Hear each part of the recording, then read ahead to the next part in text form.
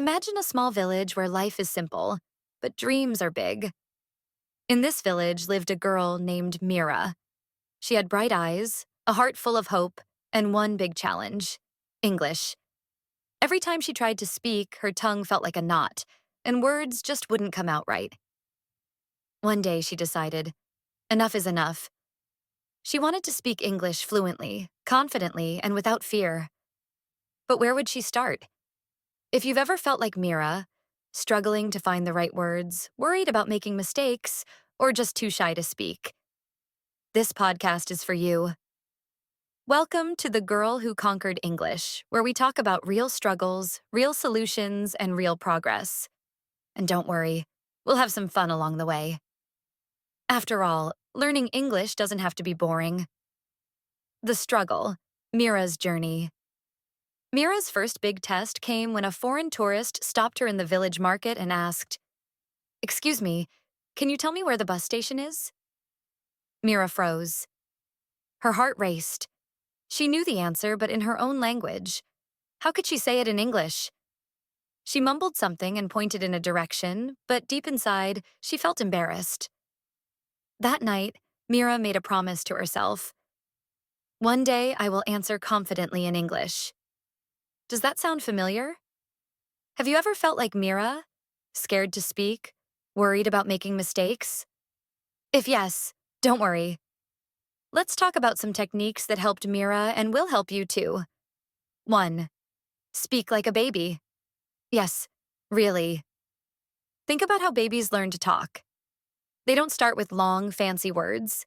They listen, repeat, and make mistakes. And guess what? No one laughs at them. So be like a baby. Listen, repeat, and don't fear mistakes. 2. The mirror trick Meera used to stand in front of a mirror and talk to herself in English. Sound silly? Maybe. But it works. When you watch yourself speak, you become more aware of your expressions, confidence, and pronunciation. 3. The magic of listening. Before you speak well, you need to listen well. Meera started watching English movies, listening to English songs, and even pretending to have conversations with actors in movies. The more you listen, the more you absorb. 4. Make friends with English. Meera found a speaking buddy, her younger brother. They made a rule: only English at dinner time. Find a friend, a sibling, or even a pet to talk to. The more you practice, the more natural it feels. 5. The one sentence a day challenge. Writing helps speaking. Meera started writing one simple sentence in English every day. It started with, "Today I ate mangoes." A few weeks later, she was writing full paragraphs. Try it. Months passed. Meera practiced every day. She made mistakes but kept going. Then one day it happened. Another tourist asked her for directions. This time she smiled and confidently said, "Yes. Walk straight and turn left at the big tree."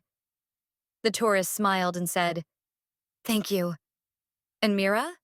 She felt like a superhero. So, my friend, if Meera can do it, so can you. Speak, make mistakes, laugh at yourself, and keep going. Remember, English is not about being perfect. It's about being brave. One day, just like Meera, you'll look back and say, "Wow, I did it." If you enjoyed this episode, don't forget to subscribe to our podcast. Share this with a friend who is learning English, and let's grow together. Follow us for more tips, stories, and inspiration. Also, we'd love to hear your story. How are you practicing English? Leave a comment or send us a message. Keep practicing, keep shining, and see you in the next episode.